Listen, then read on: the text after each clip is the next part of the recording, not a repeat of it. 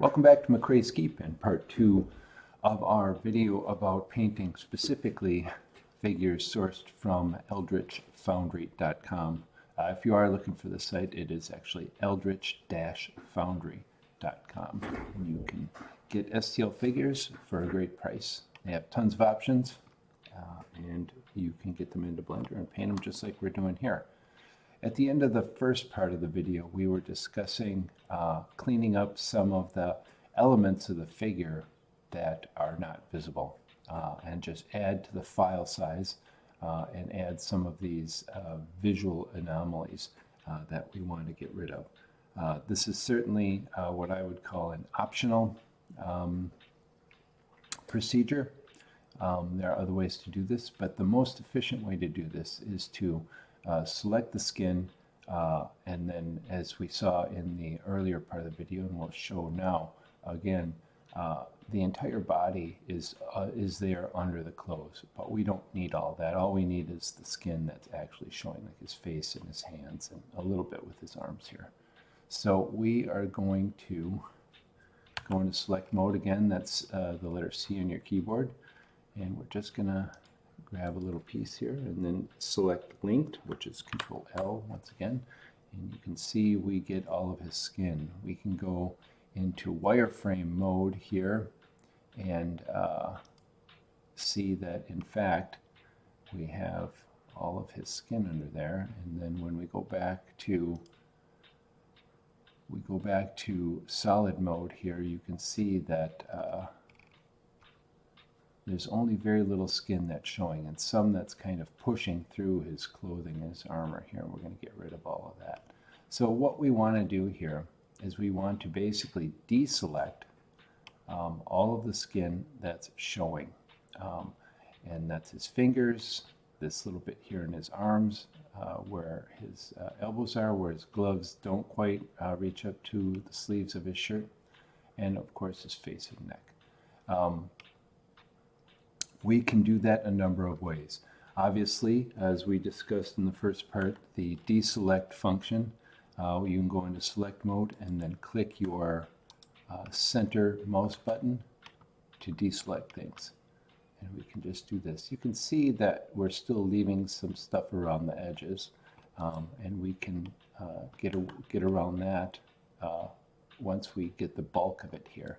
Another thing that we can do, which is a little more efficient and kind of a little more brute force-ish, is go into wireframe mode, and we can see his whole hand there.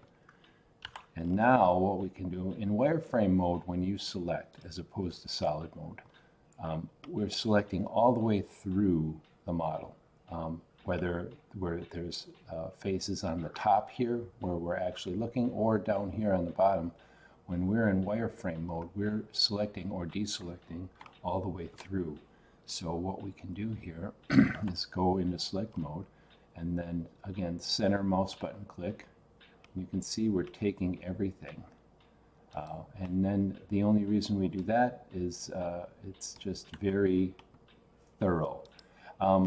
If we switch back to solid mode here, you can see that nothing in his hand is selected anymore.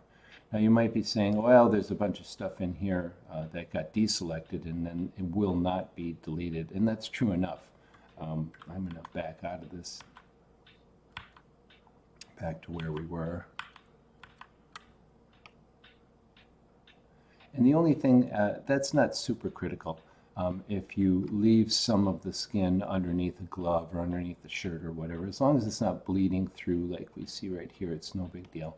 But what I'm going to do here is go back into wireframe mode. And you can see really the exposed skin is much brighter. It has nothing in front of it. So I'm going to go into, again, deselect mode here.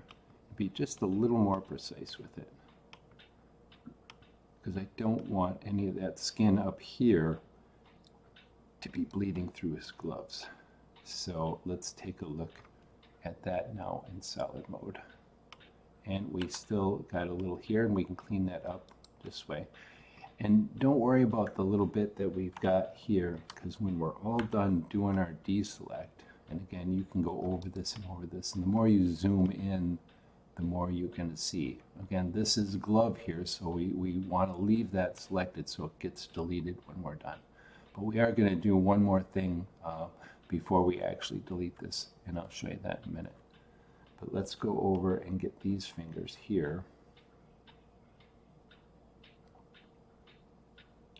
So probably get a better view from back here.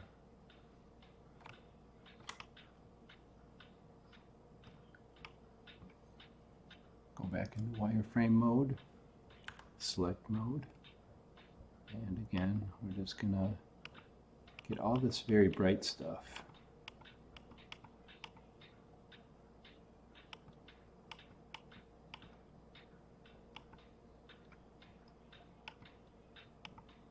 Again, just be a little bit.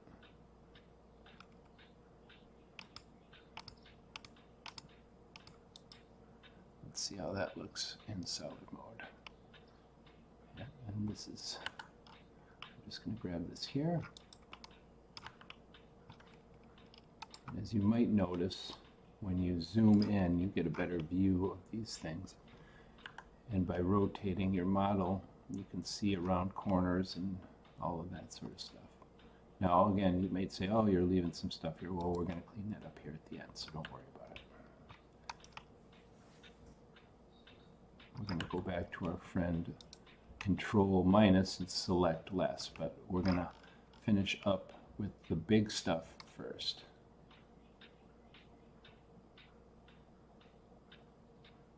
So I'm trying to figure out if this is actually exposed skin here, and it looks like it.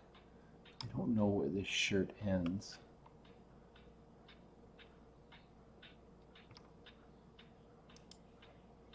Maybe that is all under the shirt. Well, we'll do an experiment and we can always undo things. So I don't think that any of this is actually exposed skin. I don't see an edge of a shirt here. I think that runs right down in. So I think this is all bleed through. So let's go up to his head here and his face. And here I'm not going to go into wireframe mode because if I deselect his face here, I'm going to be deselecting the back of his head, which I don't want to do. I want to delete all of his head there. So let's just zoom in here.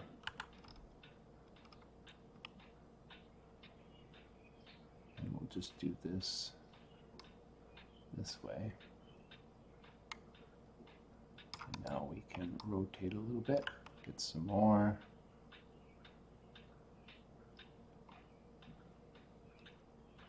Again, you can make your circle as big as you want and just do single clicks here. Rotate a little. Rotate over here. Got a bunch of neck there. We'll get that in a second.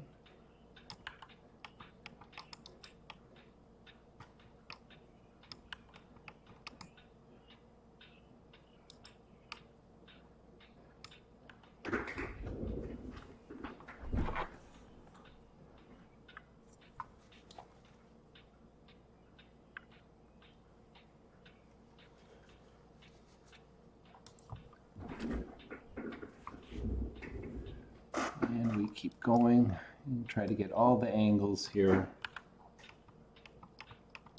Get as much as you can this way.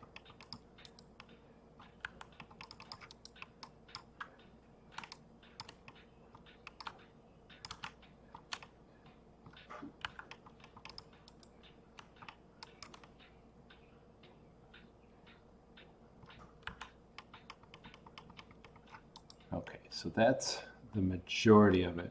Another thing you can do, which is kind of cool, let's see, we got some neck back here, is you can zoom right in and like, oh, we're going to bump into his helmet. Well, we can go actually inside the helmet, and then inside that, I'm scrolling forward on my mouse button to zoom in here. Let's see if we can't, there we go. It's kind of hard to see here, and this isn't the best example, but you can get inside the model.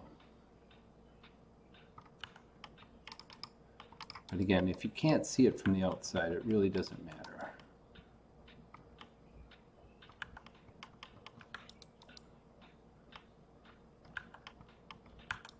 The other thing that we could do is we could try to select off the helmet and turn it off like we did the boots in part 1 to show you the fact that his feet were actually inside the boot.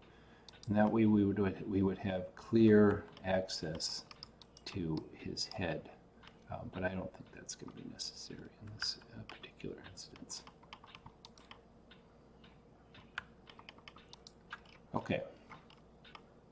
So what we're going to do now is to get these edges all around here. We could actually zoom all the way in and get in here, and we could see all this stuff, and we can do it this way if we want to. It's a little time consuming for what we're doing here, so we don't need to do that. What we can do is just do a select less operation here, which is, again, you can do it from the select menu and do select more or less and just do less, or control and then minus key on the number pad. So we're going to do one here. You can see how we lost a whole bunch of that already, and we're going to do that again. Control minus, and you can see his face there. We're losing all that fine stuff. Control minus, we'll do it one more time. Alright, so let's look at him in wireframe mode now. You can see his face is all black, but the back of his head is still there. And again, anything that's orange here that's selected, we're about to delete it. His fingers are all black, nothing selected there. And that's really all the skin that we have with this figure. So this is going to be nice. You can see what the actual effect is going to be down here where I'm viewing the stats of the model.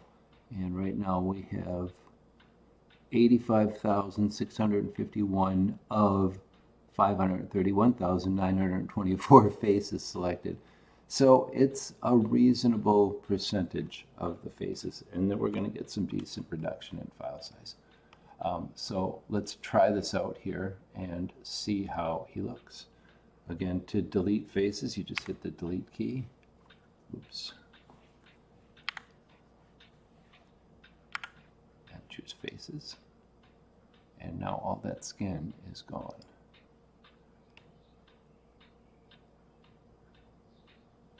So now what you want to do is you just want to look for actual holes in the model.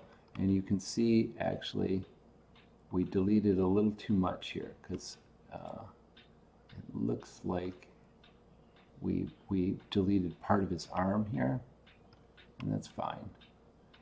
We're going to go back to that.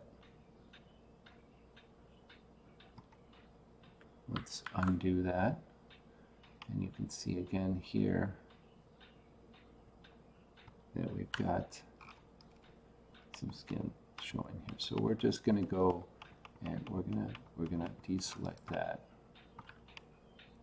And we can clean this up another way too with some of this bleed through.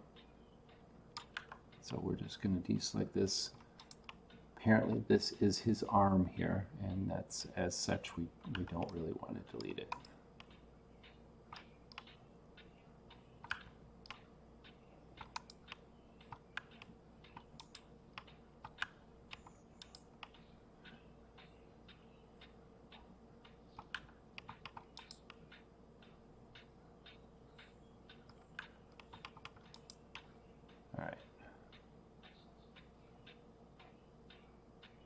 We'll have to check this to make sure this isn't skin showing through that we want to keep.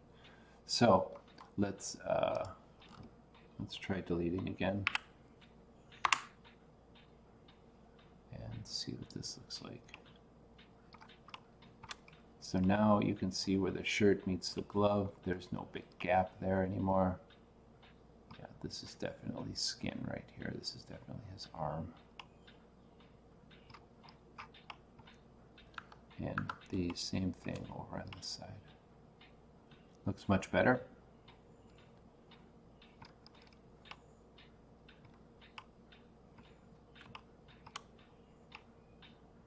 So let's actually select his skin and paint it.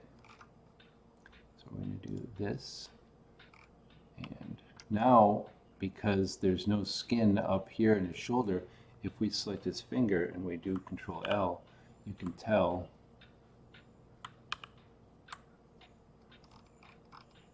Gotta get out of select mode first.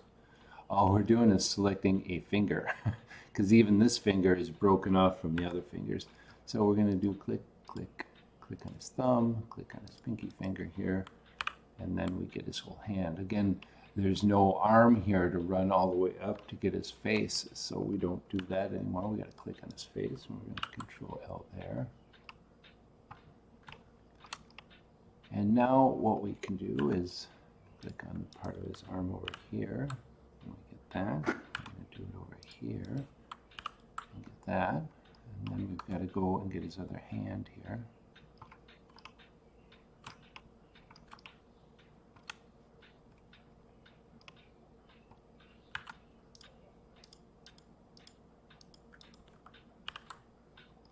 All right. So it looks like we've got all of his. Oh, we don't have his neck. There. So now we can go into our material area here, and again I just fired up Blender, so we got to kind of get back in here and reset this up. I'd like to make this settings area can be collapsed to keep things simple. And here we are. So again, to review, we create a material slot, create a new material for the slot, and call this the skin. Switch to using shader nodes, get rid of the specularity, add roughness, and now we're going to select our skin color, and we're going to try something like this, maybe a touch darker. And that's pretty gray. Let's get a little more color in there.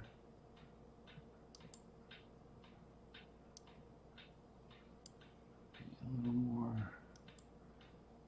Yeah, let's try that. And remember, again, colors can be adjusted after the fact. So now we have his skin done. And we continue with the rest of the figure. So we're going to do a shield next, and the shield is easy. Obviously the front part, we're going to do that and see what this selects for us. You can see the shield is comprised of two pieces, an outer and an inner. So we will do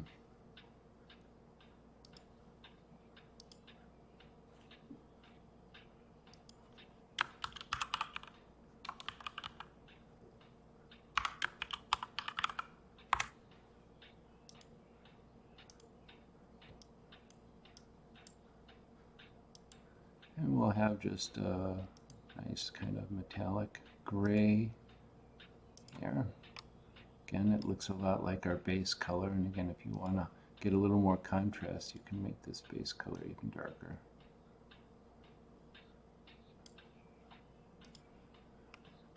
And let's do our inner shield here.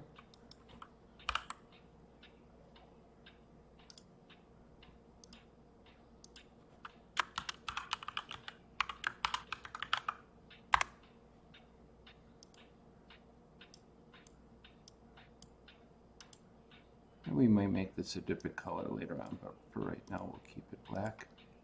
Now, another thing about working with STL files, you can see that the handles here, his arm is going through there, his hand is going through there, but there's this part and this part. This is because in 3D printing just the loop of the handle with nothing in here, this open space, would be very challenging. I don't know a lot about 3D printing, but I'm sure this is done just to make the printing task easier. These would be, even if they could be printed, and I'm not sure, again, I'm not an expert in 3D printing, as actual loops, they would be weak, and the shield would be prone to breakage. This keeps the arm and the hand and the shield a nice solid piece so it doesn't break off. For us, that does not matter. we want the loops. We don't have to worry about anything being fragile or breaking. So now that we have this material, these faces here selected, we can just do our basic delete option. And now you can see that those loops are actual loops. So we're gonna, oops.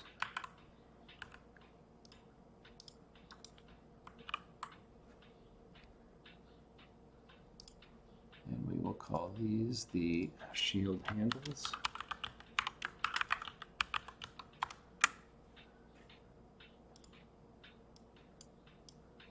And we'll assume these are kind of a leather material. And then we just got the rivets there again.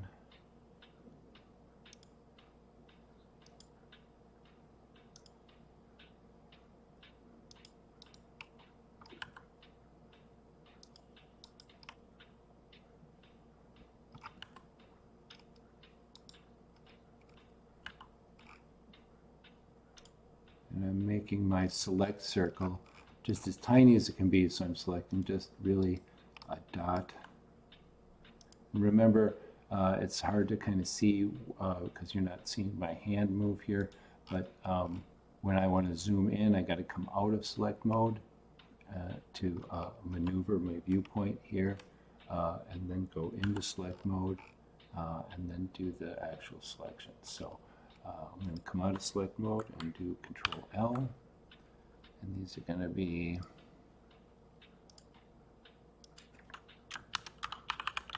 shield handle rivets.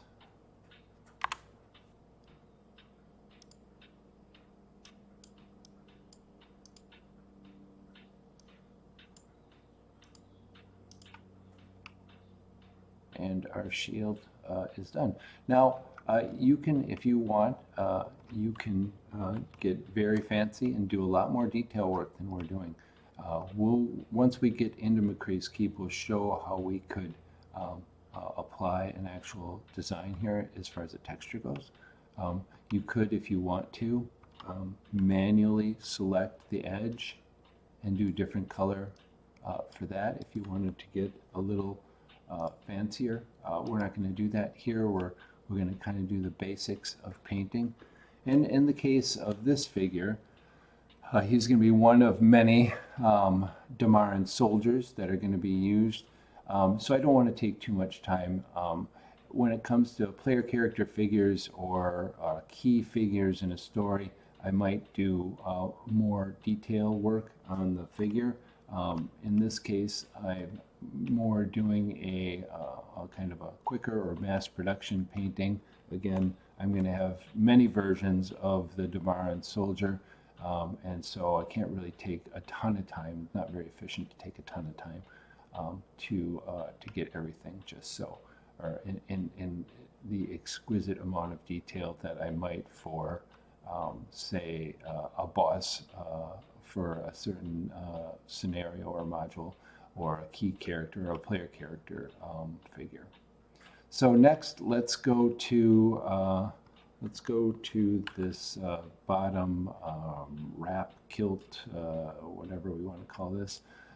Usually what I like to do, if I can't tell what's what and what's part of what, I'll just grab something and see what I get here. So it looks like that's going to be something, and then Control L, that's going to be something, and then this top part, that's going to be something, and then we also have a fourth area there. So you could certainly make this all one color if you want to, or you could make each one of these different sections a different color if you like.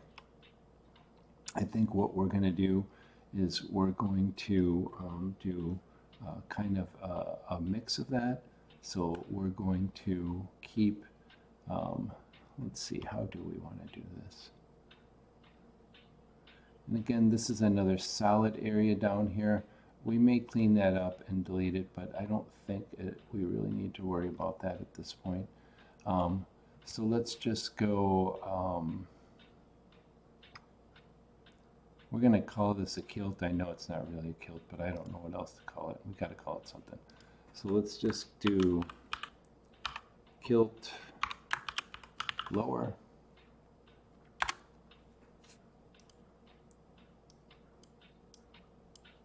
And I'm going to do just a variety of shades of brown on this. So for this one, I think we're going to kind of keep it a little bit lighter. Assign that and deselect. Then we're going to go up here.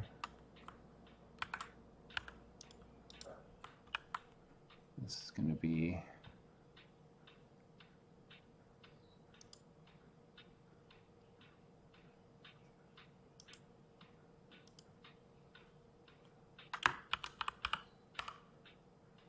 kilt lower middle, and you can name these things however it makes sense to you. Keep in mind that these actual labels that you see in this list will be shown in Macray's Keep. So if you ever want to come in and change something, all you want to do is make sure that when you look at the label you put on here, you have some idea of what part of the model that it is. Other than that, the naming conventions really don't matter. You can see I use dashes between certain things. So we've got shield outer, shield inner, shield dash outer, dash inner. Again, as long as your labels are conveying what part of the model it is, I think it's fine. So on this one, let's do a little darker to get some contrast. Then we're going to do this one. We'll call this one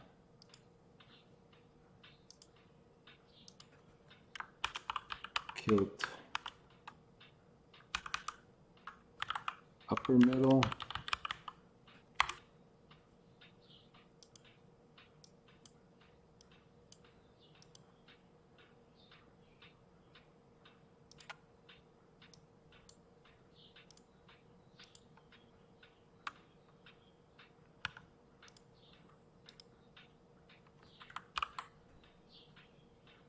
And this one is going to be kilt upper.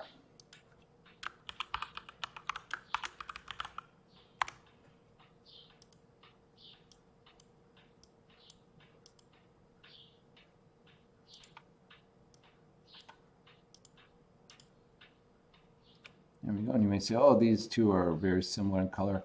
And that's true. Again, here in Blender, I'm not going to worry too much about it. If I want to change colors after the fact, we can do that then. And now we have these clips, I guess.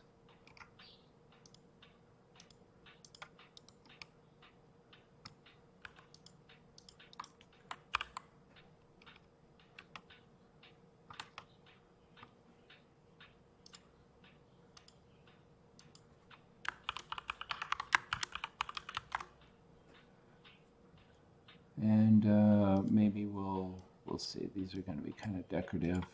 We'll make them kind of a gold, bright yellow, and we can assign a metallic texture to that when we get the model into Macray's Keep, and I'll show you how to do that then. But for right now, a bright yellow can kind of signify that. So moving right on up, we're going to grab his breastplate here, see what this gets us. Okay, now we could, again, I think we've got several different sections of his armor. We can go here. You can certainly color all this the same if you want. And we got the backplate as well. What I would recommend, though, it just doesn't take that much time, is to do these sections separately. Even if you make them the same color, I think it's fine. And so here, I think what we're going to do is we're going to grab this, and we're going to grab this back plate here, and we're going to call that 1.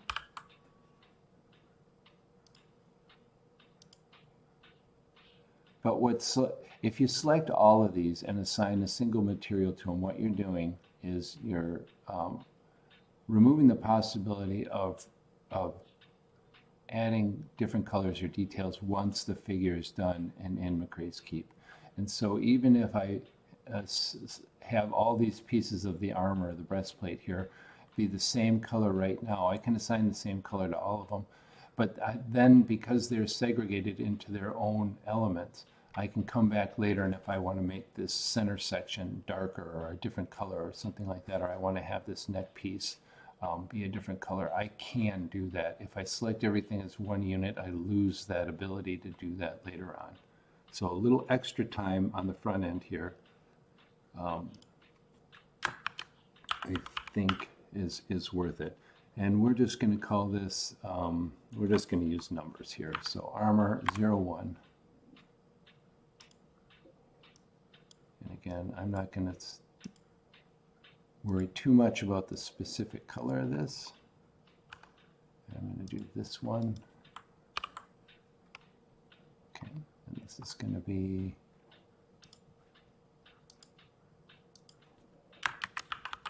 armor 02.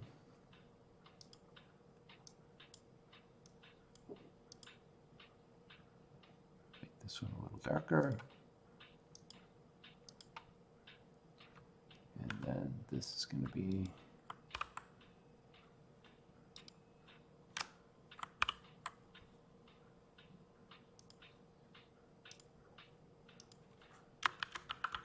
armor 03.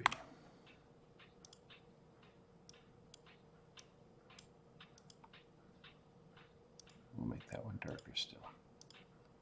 There, now we have this armor all set up. We're going to do his shirt right away to differentiate that from his armor. And again, green being the primary color of Damar's heraldry, I think we're going to try to use some shade of green here. Again, we use super dark green down on the pants. Here's if you ever want to actually use the same color, the best way to do that is to go to the color you want to copy. You can do here, and then what you do is, the best way that I found, there's a number of ways to do it, but you can go into the art or the hex color here, and then just highlight this, Control C to copy that, and then we can go back to our shirt here. And if I go into hex here, which I already am, I can highlight that and do Control V to paste that value in, and then I can assign that, and you can see that our shirt is now the same as our pants. So if I want to make the shirt now a little bit lighter green or a little bit darker green, I can do that very easily. But again, because I have a material for the shirt and a material for the pants, and I'm going to, just for organizational purposes, just move this up.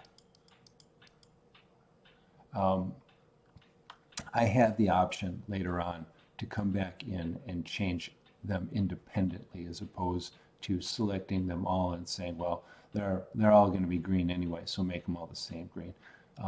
You can certainly do that, but again, having a separate slot for each just gives you a little flexibility later on. Okay, we haven't saved in a while. I'm going to save here. And let's do his gloves.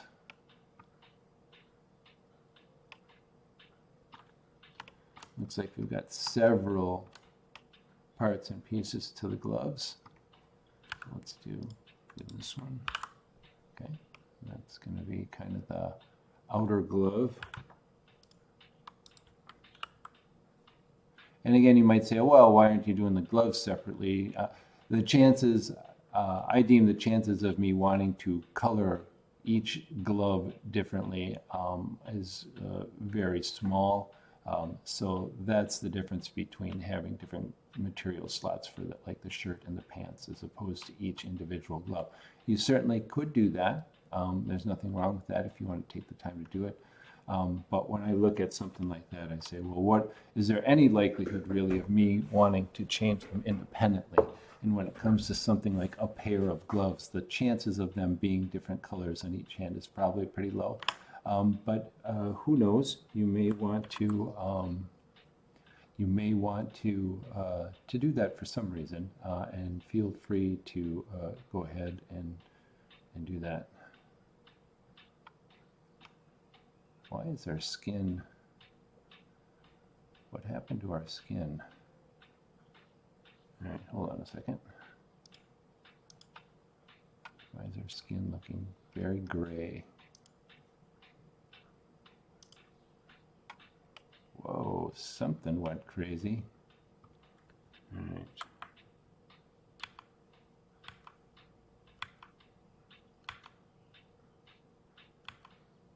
When did I do that? Whoa. There we go. I must have hit some wild keystroke there. Again, you can see this is a good example. When things go horribly awry, you can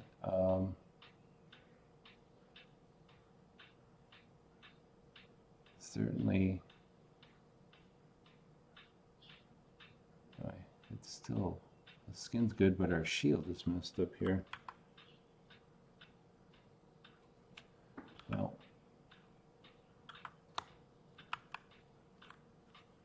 so let's kind of get back to here and see what we've got going on here. I'm not sure what happened here. Let's, another useful function here, I'm going to revert back to the last save point and see what that puts us. All right, that looks much better. I'm not sure what happened there, but again, it's a good example to see if you get into a situation where something goes horribly awry, which clearly that happened. And maybe you saw it while I was paying attention to something else, but I completely missed it.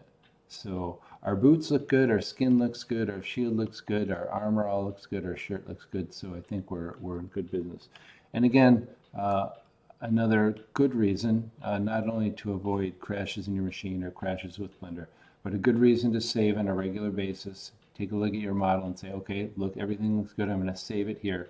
And that allows you to use that revert function, and that's very handy.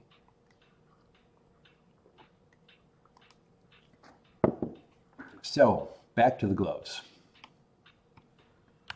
So let's grab our gloves. We're going to add a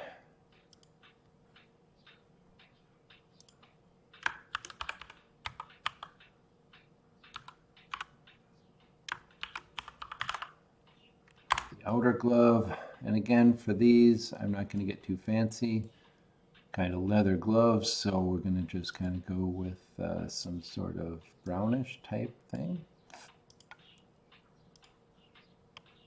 Okay, let's do our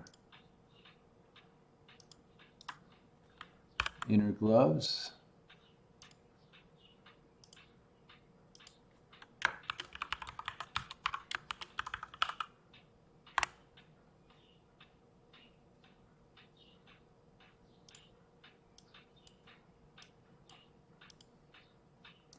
And for contrast, we'll make that a little darker. Okay. So we've got our laces here. And I'm going to grab these two. See what that looks like. Okay. Let's go over here.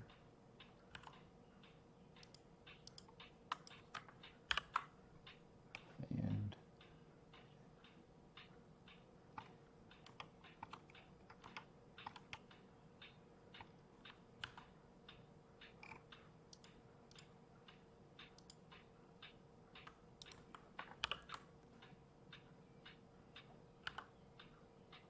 I think that's part of the lace. Yeah, looks like it. Oh, we got some lace down here. And again, just click on something and Control-L, see if it selects what you expect and what you want. And again, take a good look at everything. Make sure that it's where you're going. And I don't know, this might be skin in here. I think that's what we're going to color it as. We'll do that in a second. So right now, let's do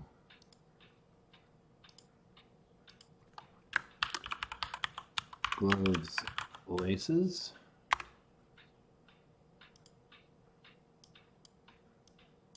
This I'm going to keep as just a really, really kind of light tan, almost ivory or white. Okay, and then we've got, we'll call this the, I don't know, glove wrap. Why not?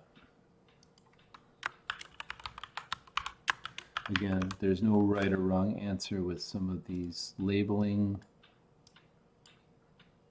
things, and we're going to actually go kind of, again, get some nice contrast in there so all this detail can be seen. So I think this is bare skin, or maybe not. Oh no, this is inner glove here. So the question is, how far do we want to say this runs up here? Or do we want to call this skin and this? Let's do that. I think I like having skin showing through here. And then what we do to do this, we don't have to create a new material slot or a new material. We already have skin. We can just assign that. Select. And you can see here again, we've got a little bit of, you know, part of this is glove, part of this is skin. If you want, you can manually select, clean this up. Also remember, you can see some, oh, that's what happened here is some of the skin got deleted earlier. And this is actually hollow and seen through there. That's fine. One thing to remember when doing detail at this level, this figure is going to look pretty much like this, about that size. So don't get too caught up on some of the details, because when the figure is in the system and you're actually using it, a lot of those types of details, you're just never ever going to see the difference. So any depending on how detailed you want to get, that's completely up to you, but don't angst over it too much, because chances are neither you nor anyone else is ever going to be able to see the difference. I like to switch back into object mode every once in a while. It gives you a little bit better idea. Again, certainly not the final product, again, because that changes a lot once we get it into the system, as you'll see. But it does give you a somewhat better idea of what we're looking at. So before we do his sword, his kind of black eyes here are freaking me out. So let's go and let's at least finish up his eyes here. This is a mix of doing our selecting of linked areas and then a bit of free selection. So the first thing we're going to do is select his eyeballs. And this is the sclera of his eyes. So we are going to do this as sclera. And I'm just going to keep that as a pretty basic white color. You may change that if somebody is a little jaundiced, make a little bit of yellow. If it's a creature, a monster, you may want to do that different color entirely. So the next thing we're going to do is his irises. And again, how big you want to do his irises is going to be kind of a personal preference, but just getting your selector to about the size you want. I could go one smaller than that. I kind of like slightly bigger irises. Again, this figure is going to be very small when it's done. So seeing the color of his eyes, the bigger the iris is without being abnormally big is kind of important. And I just noticed something else. We haven't done his beard or his lips. We'll do that in a second too. So let's do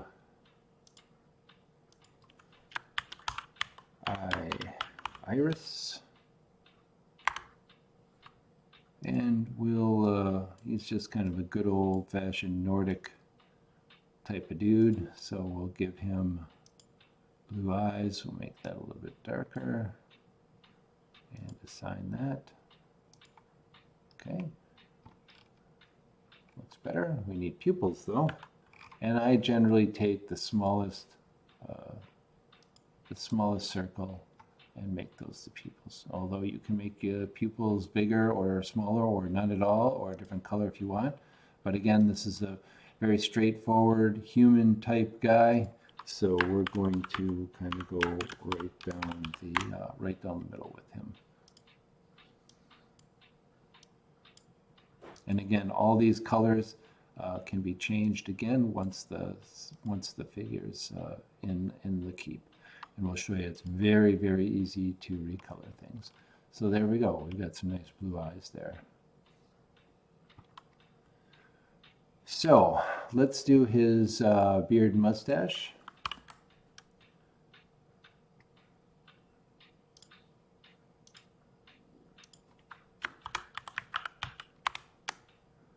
And we'll let's try again, keeping with kind of the Norseman type of thing. We'll try to give him just a kind of blonde looking beard. And now with the lips, I'm gonna start. Excuse me. I'm gonna start just by doing the skin color. You can add a little pink to that if you want. Again, when he's this big in scene, chances are you're not going to see that. But again, for a player character figure or a boss or something like that, I might get in there and do that level of detail. But right now, I think that looks pretty good. So everything looks good with our model. I'm going to just do a quick once-over, make sure I didn't hose anything up like earlier, but everything looks good. So we're going to save this. And it looks like we've got his helmet to do and his sword. So let's do his sword. Again, here I'm going to do a very basic job on the sword. Again, with a PC or a boss or something like that, I might, or if the sword was something special, I would probably do differently. I might color the filter, the fuller of the sword blade a little bit differently. But for right now, we're going to keep this pretty straightforward.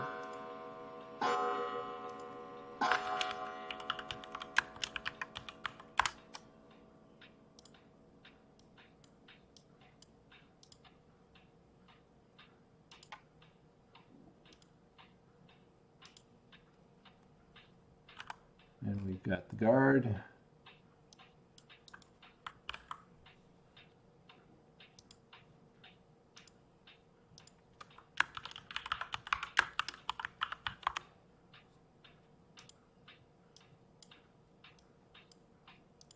And just for a little variety, we'll make this kind of a brass maybe, or a gold color again. We will actually assign something a little better looking once we get it into the system. Let's go with to our pommel. Oops.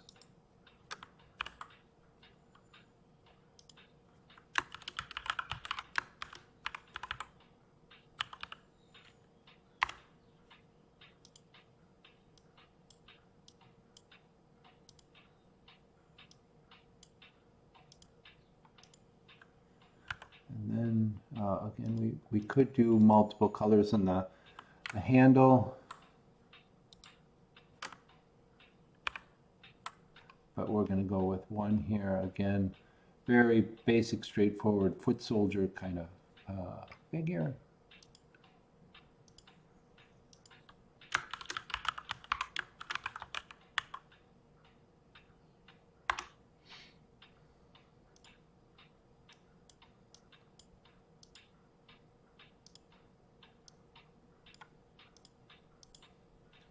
And the sword is done.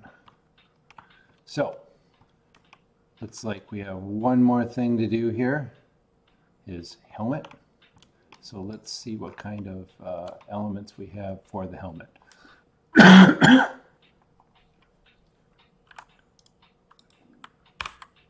All right, so we've got the bulk of the helmet, or the helmet top, I guess. The helmet proper. Not sure what these are called coming down here. So we'll just call this helm upper.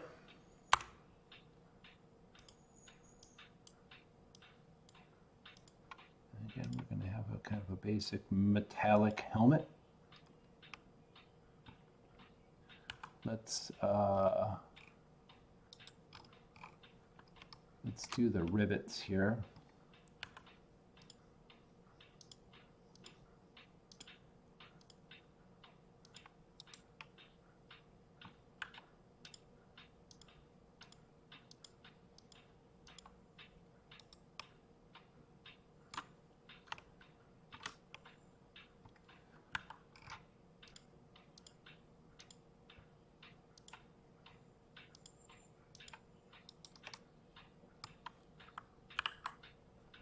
Sure, I got everything good there. All right.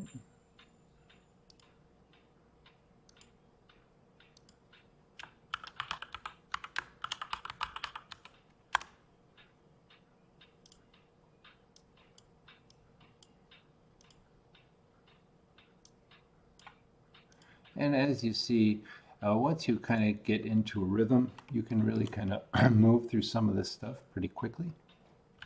So I think these are kind of leather hanging down here. So let's do this as two different colors of leather.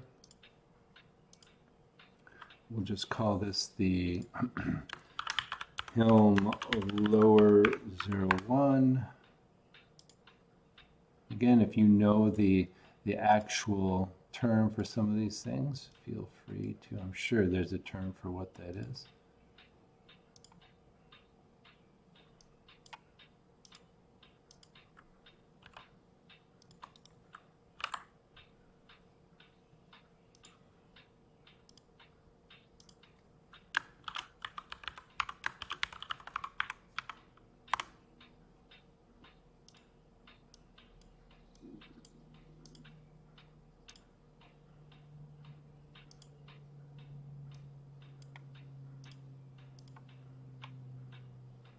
I'm liking that.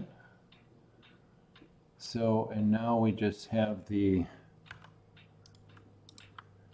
can get a little fancy with this maybe. See what this does here. So let's do this. Let's make this, I don't know what to call this, but we're going to call it the decoration. I abbreviate that deco-01.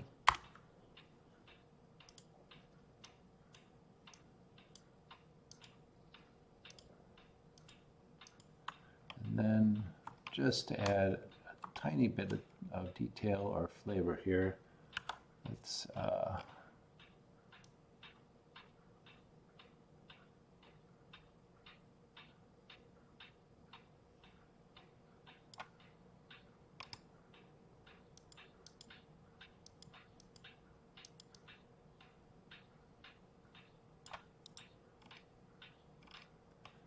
again, Damaran colors are green, so why don't we put something green here. 02. And then we can actually make this look like a gemstone once we kind of get it into the system. So for right now, let's put it here. Let's darken it up a little bit. There. All right, let's save this real quick. And let's take a look in object mode.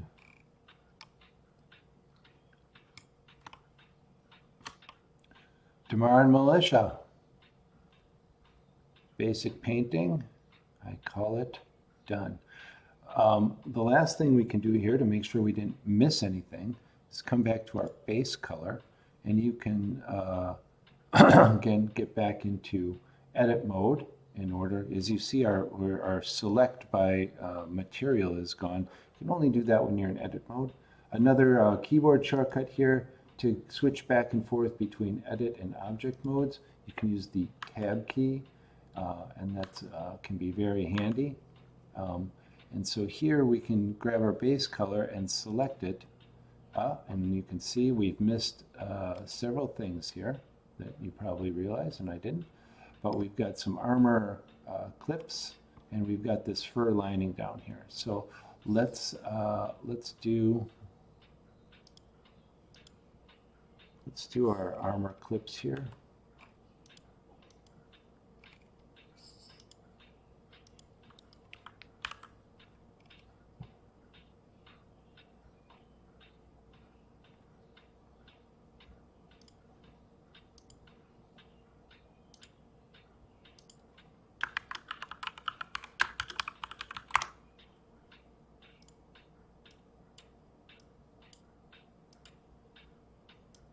Again, I'm going to go dark here just for some contrast. And here,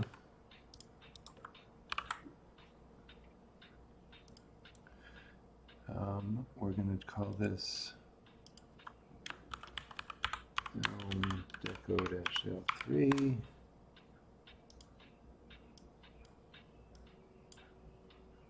And pick a color that's going to be a little bit different.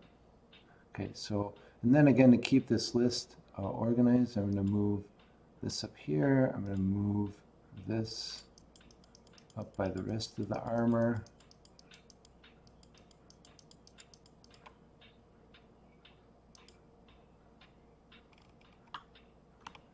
Now, the last thing we're going to do is this fur lining. So let's see if the model has this all as one. No, excellent. And again, this is a wonderful thing. This is Eldritch Foundry bonus right away. If a lot of models, you would do a Control-L and it would select every one of these. And you'd either have to go in and select each chunk of fur here individually if you wanted these to be different colors, or you would just have to have the fur all one color, which is not great. So what we're going to do is we're going to just grab this one and this one. We got that one already. We're going to grab this one. We're going to skip a couple. Grab this. Whoops.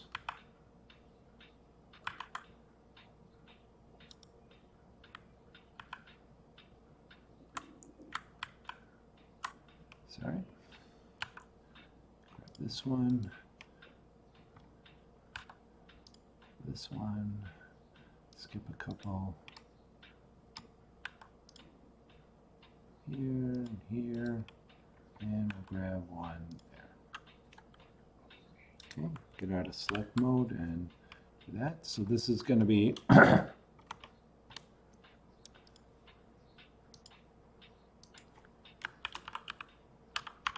Kilt Fur 01. So we'll start with a nice kind of neutral brownish color. Okay, let's grab this one and this one and this one.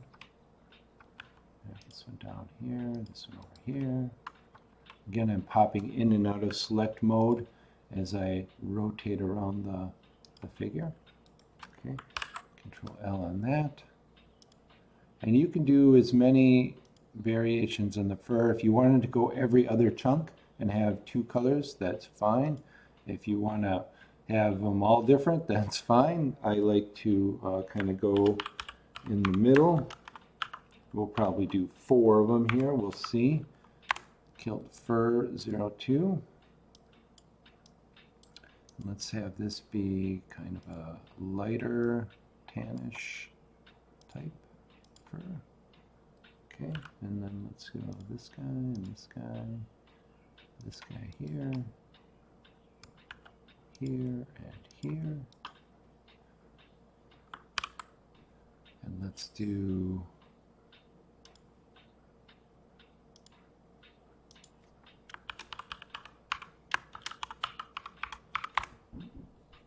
three. And we'll have this be actually a nice white fur.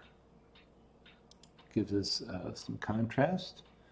And here we're going to get the rest of this, make sure we don't have any missing here, because this is here, and we got 2 more over here, this one and this one. And let's have some black fur on here as well.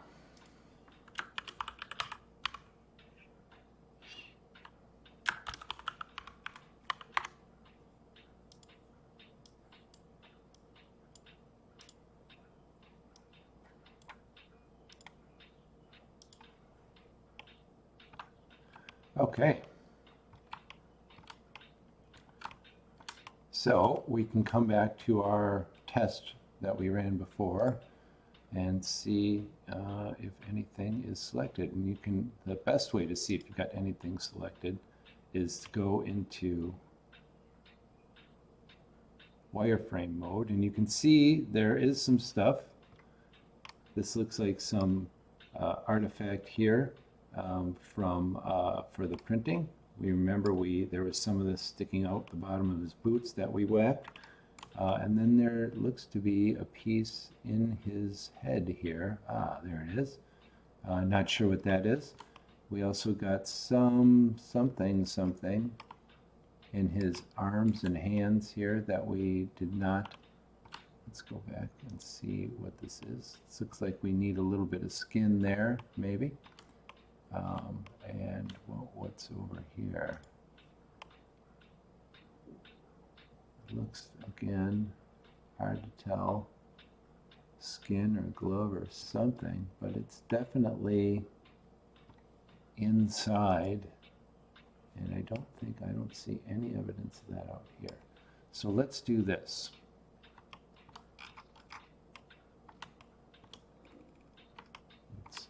Okay, so this we've got here. So we're going to color this as skin. So I'm going to select none, and then I'm going to grab, and you can zoom way in on this if you want to get very precise about these things. And I noticed down here, there's another little chunk. Okay, so let's do skin and assign. And then we're going to get back to our base color. We're going to select that again. So now we're down to these two things, this, whatever this is going on in his head. Again, it looks like another, oh, I think that's his tongue. When you do your figures in Eldritch Foundry, they allow you to open the mouth if you want to. We didn't do that option. But if you do, you'll need to see the tongue. For us, that's not a thing. And again, this over here inside his hand is also not a thing. So we are going to go ahead and delete all that. And now we can delete this base color material. You need to be in object mode in order to delete a material. So we can just right click this, or sorry, just do this and hit delete, or no, hit the minus over here. Sorry about that. Remove material slot. And that's gone. And so let's go back here and take another look. Okay, so now we need to join back our stage. So we're going to turn the stage on here. You still see we've got two different objects here. It's just better and easier to rejoin those. So you click on the main figure, you shift click on the stage part of it. You can see it's all kind of grabbed as one. The main figure is outlined in yellow, the stage is outlined in orange. And you go to the object menu over here. And again, this has to be done in object mode. And then you just do join, or Control J is the shortcut key. You can see here now we're back to just one object that's in our scene, and the stage is now part of the whole thing. And we got to get it out of the way while we were working, and right now it's back right where it was in the beginning. And we're going to save this. Okay, now we could certainly, why is this here? Get out of here. We could certainly export this as is. I'm going to edit mode, and down here, and I think these are stats about the model. I think that you need to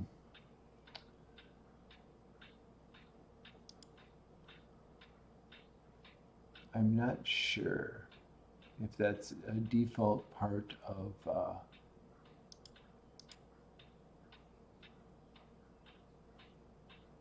I can't remember.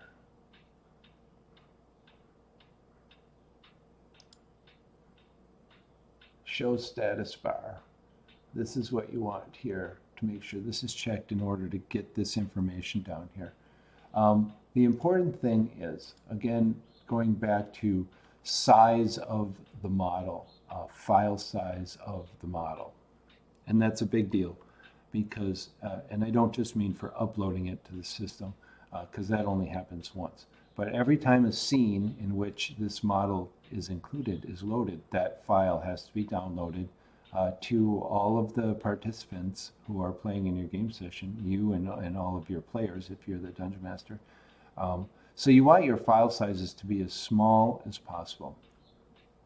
Now you can see here, you can look at any of these numbers because it's all going to be relative. But right now we have 439,848 faces. We would like to reduce that if possible without losing any quality in how our figure looks. So if we go into object mode here, we kind of get a good look at, take a good look at this and see the level of detail. You can see the polys here. And again, you won't see a lot of that once we get this into the system. But we're going to do something here to vastly reduce this file size. And we'll quantify that by looking at the difference in this faces number. So call it 440,000 faces. What we can do is we can select everything and we can go to the mesh menu and we can go into the cleanup option here and we can do what's called a limited dissolve. And what this is going to do is you can see all of these faces here. There's obviously 440,000 of them. We don't need all of that in order to get the same quality of look of our figure. And then we just don't need it. We can reduce the number of faces pretty dramatically without losing any fidelity in how the finished product looks. The one exception that I would say is we can lose some detail in the eyes. So what I like to do is I find the eyes here and I just deselect these because I don't want this to apply to his eyes. If you have any fine detail work on the figure anywhere, whether you do some sort of decoration, depending on the figure itself, sometimes you might want to deselect those things out of here. But the rest of this we can get away with. And I'll show you what this means. So, okay, so roughly 440,000, we're going to do mesh, we're going to do cleanup, we're going to do limited dissolve. And that's going to take a second here, depending on your machine. And you can see the difference in how the polys look now, and the faces look. Remember how many faces were on that shield, and now there's maybe 10 or 12. Same thing with the base and all of these, the armor and all that. You may say, oh, this looks kind of weird now. Well, remember, we're in edit mode, so let's switch over to object mode. And again, you can see the faces here roughly. You won't be able to see that when we get in the system unless you're looking really close. But in general, there's really no difference to how this figure looks right now as opposed to before we did this reduction. Say, okay, so what's the net effect of that? We had 440,000 faces. We are down to 104,000. So we reduced this file size by 3/4. That's amazing. And that probably went from a file that was more than 20 meg down to about 5 or 6 megabytes. And when you have multiple figures in a scene, it makes a huge amount of difference. The one thing that I would say is that once I do the dissolve, I don't save that version of the file. I do the dissolve and then I do the export because if I ever want to come back and do any more work on the figure, I want to have that full poly look. So if I do a Control Z here to get back to this, you can see again what it looks like. And then I'm just going to redo that.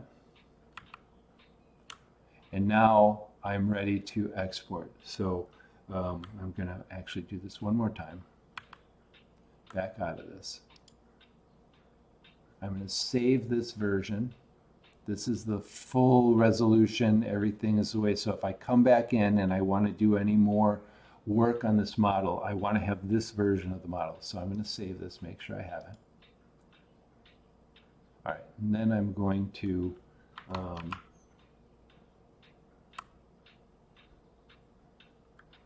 select all. I'm going to deselect the eyes.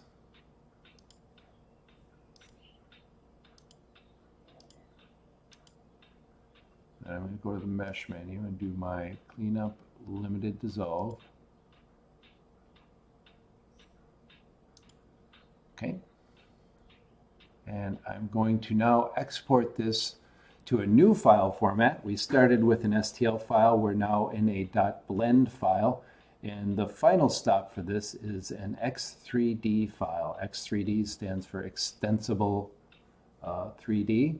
And it's an XML-based file format that Macray's Keep uses for all of its models. So we can go right here to Export, and go down here to Extensible 3D or .x3d. It's going to have some options here on the left, or on the right, I'm sorry. You don't need to do any of these, just leave the defaults in place. All you need to do is decide where you want the X3D exported model, which is going to be, again, a copy. So now we're going to have 3 versions of this file. We still have the STL file. And if we go into here, well, actually, this is not a good way to do that, but let's take a look at these because it's going to be interesting from a file size discussion. So we have an STL version of our Damar Militia, 26 megabytes. We have a Blender version, 29 megabytes. And we're about to make an X3D version. So let's go back into Blender. And we're going to go into our X3D folder. Damar Militia-01.x3d. Let's export that now that we've reduced our poly count by 75%. And let's flip over here and see what this looks like. Damar Militia-01.x3d, 6 megabytes. So quite the difference. And that's what that limited dissolve does for us. And it's a really important step. So now we're done in Blender for right now. I'm just going to get out of here just so I don't save this by accident. Again, I want to make sure that I always save the normal resolution, the normal poly count, the normal face count version. Don't save.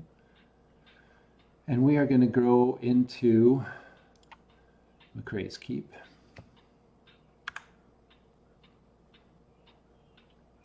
And I'm going to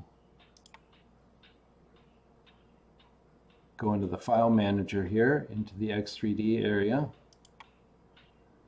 We have to decide what kind of model this is. This is definitely a character model. Objects are, things like tables and beds and barrels and all that kind of stuff. Well, the system needs to know what kind of figure it is because there are different options, a lot of different things with regard to a character figure. As opposed to just kind of a mundane object. So we're going to go and find our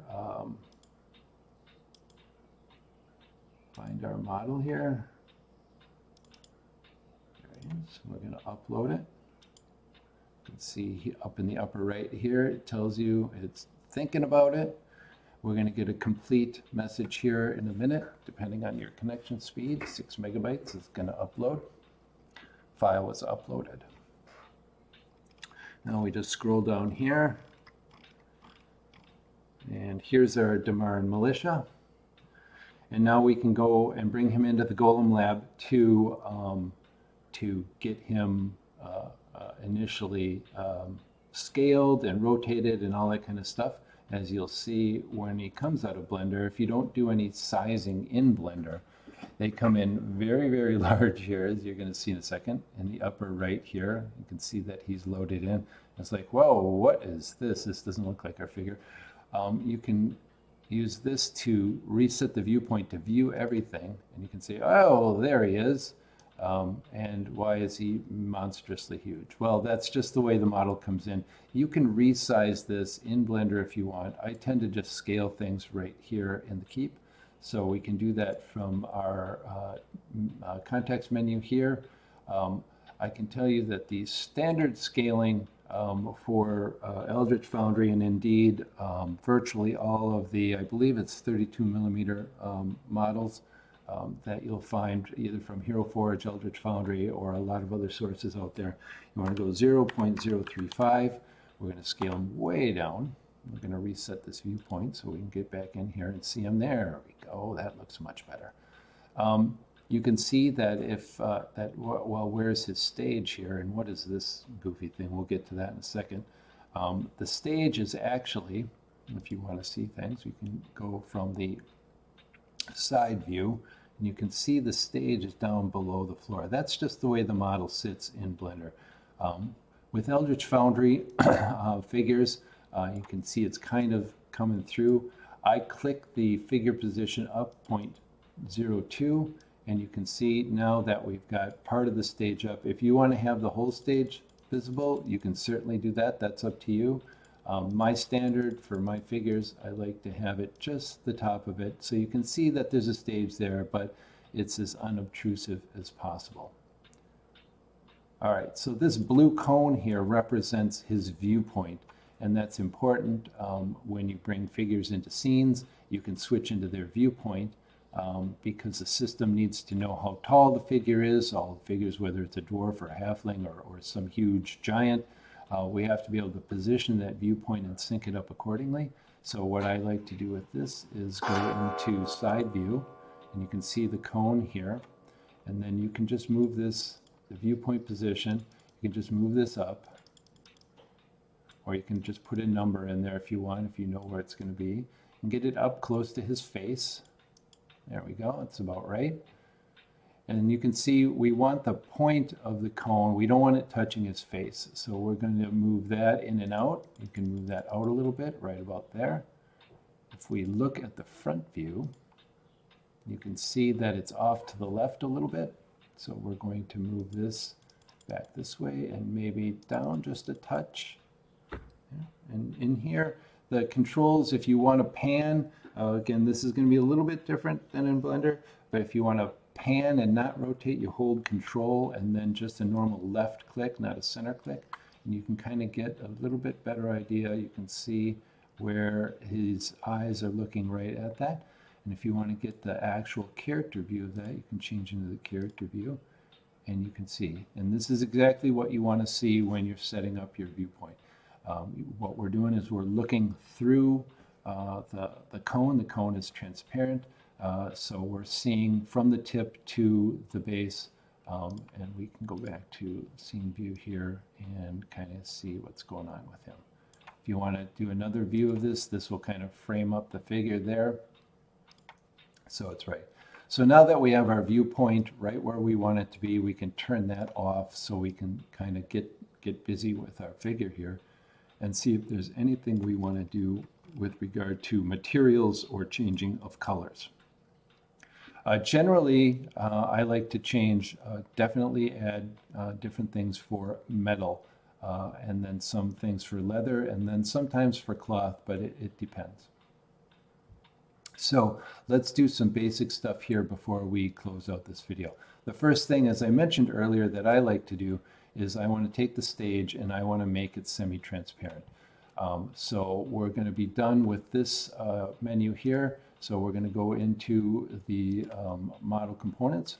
Here is the list of all of the different sections of the model that we created in Blender, and you can see all of the naming is all the same that we use there. That comes directly across from Blender.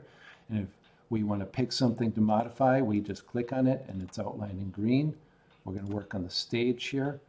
Once you select something, you can see the various colors and lighting and all the different things you can do here. We'll get into how all this works in a little bit.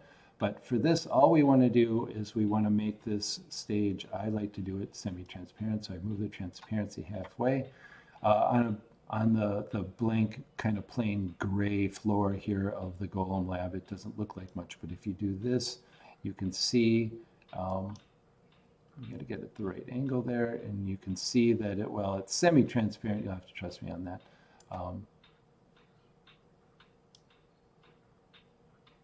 You can kind of see the difference there. But again, once you get into a scene where there's some sort of design on the ground, you'll be able to see the design through the stage, but still see that there's a stage there. That's the effect that I go for. There's fully transparent, but you don't have to do that. When you're changing things here, you can always undo things individually. You can undo all the changes by clicking down here. So if you just click undo, it sets the transparency back, but we're going to go here. So we're going to do his armor and his helmet here. So let's go to armor. And so I'm going to change a couple of the metals here. So armor 01, which is, we can go in here and change the color if we want to. That's the middle part. I'll just hit escape to cancel out of that. But I'm going to actually use an image to get onto that. So this is kind of, we have a number of different materials here. We're adding more textures every day. You can upload your own textures and use them as well. So I'm going to go and use this. And you can see it looks kind of, like checkerboarded. That's because we're scaling 4x4. I'm going to change that to 1x1.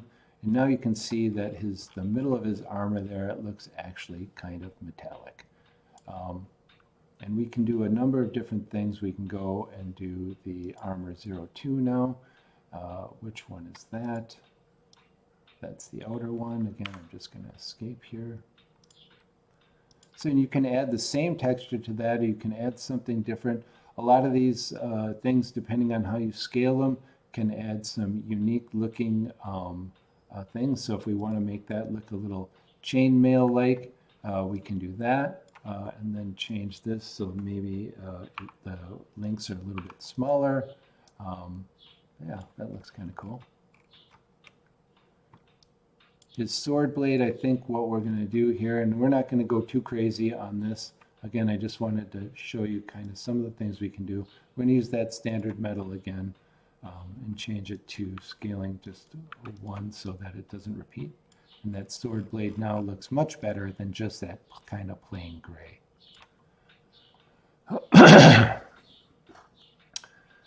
We're going to do just a quick little experiment on the shield before we wrap up this video. Again, I would not call this figure done by any stretch, but we can do a lot of different things with regard to leather. I'm going to change his boots here to actually kind of look more like leather. Where are his boots? Boot sole, no, boot upper. And we've got a nice leather looking texture, so we can do that. That looks pretty good. I'm going to do these boot straps too. I'm going to do that with our kind of standard metal texture again. I think we'll change that to 1 and 1. There we go, much better. Just to show you, again, I'm not going to keep this in place, but just to show you kind of if we wanted to change his pants to some sort of material looking thing, we've got a number of different things. Here's some denim. If you want to give him some blue jeans, not something that I would do for this figure, but just to give you an idea of the wide variety of things that you can do with regard to adding textures and image textures. So for like the gold or brass here on the sword guard, we can add a nice gold metallic texture. And again, if we want to decrease that, we can maybe do 2 and 2, give it a little bit better of a color, and you see we got a little, it looks nice and shiny now. On the shield, we can do a number of things. I'm not going to get into putting a specific image on here. That's that's a topic for another video. But if just to give you some kind of idea of something we could do here, if we wanted to give this some kind of texture here, let's see. Let's just go if we wanted to do something like this. Whoa, that's not the right thing.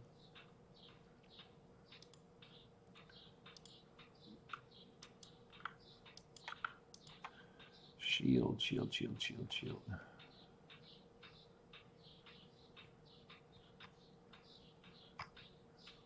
Shield outer.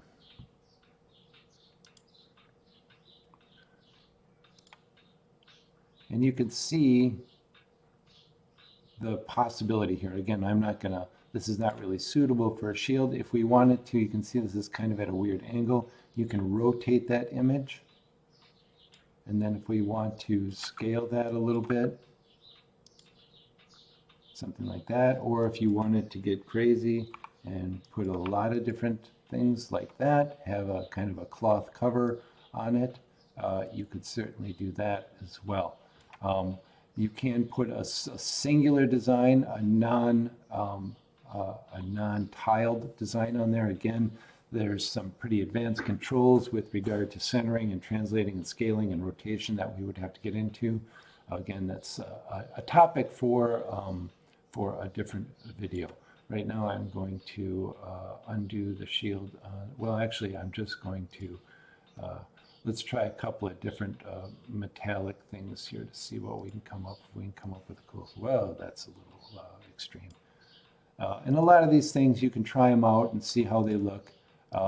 Again, let's try to go to this and this, and don't really like the way that looks. So let's just go for now with our kind of standard metal surface. And again, very plain, very simple shield. Again, this is a very simple guy. Remember when we were in Blender, I had mentioned, you know, doing this edge is a different material. Again, here you can see why that might have a cool effect, where we could have a face of this material. The edge could be something else, and then this inner could be something else. We could have this shield inner be something, I'm not going to do this, but just to kind of give you an example, some kind of crazy satiny type of material on that.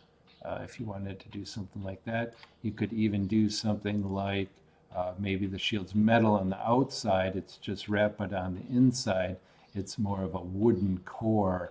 Let's see, this is a better wood texture for something like that. Try this. And you can see we've got a wood grain core for the shield with a metal kind of a face on it.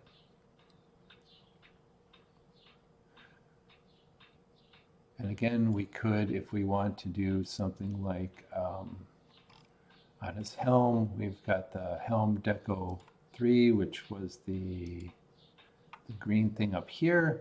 We can try and find something kind of kooky or crazy that stands out for that. Some marbly type of thing. And again, you can look in here. Whoa.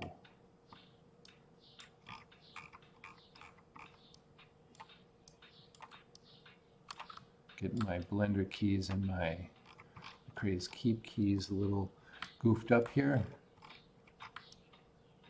So again, I think we just want this to be 1 and 1.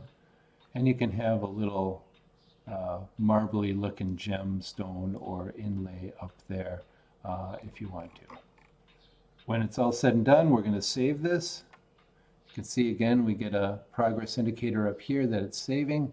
Depending on the size of your model and the speed of your internet connection, that can take longer or be quicker or slower. But not bad for a basic soldier figure that we can now bring into any scene in the keep and use them. So hopefully that answers some questions and gives some guidance with regard to painting figures from eldritchfoundry.com. And why their figures are much easier to work with, and I would recommend, if you're if you're getting figures to use specifically here at the Keep, I would definitely recommend sourcing them from there. If you have any questions or any comments, please feel free to ask them in the comments. Also be aware, we are going live with our Kickstarter on July 1st. So if you would be so kind as to click now, you can go to the site and give us a notification, give us a follow. If you would there, that would be fantastic. We'd really appreciate that. But otherwise, that will do everything. That will do it for our